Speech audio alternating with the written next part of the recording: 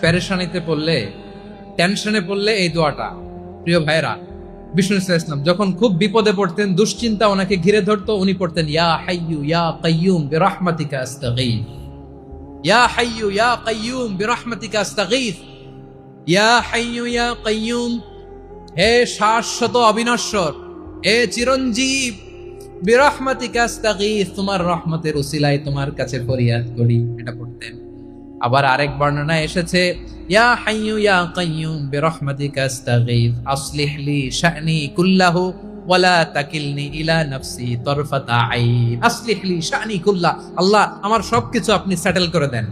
আমাদের সব ঝামেলা সেটেল করে দিতে পারে কে? আমরা তো সেটেলমেন্টের জন্য ওএসপি সাহেবের কাছে যাই, ডিসি সাহেবের কাছে যাই, অমুক ভাইয়ের কাছে যাই, তমুক ভাইয়ের কাছে যাই। এই দোয়া পড়লে আরশের উপর থেকে আপনার ম্যাটার সেটেল করে দিবে কে?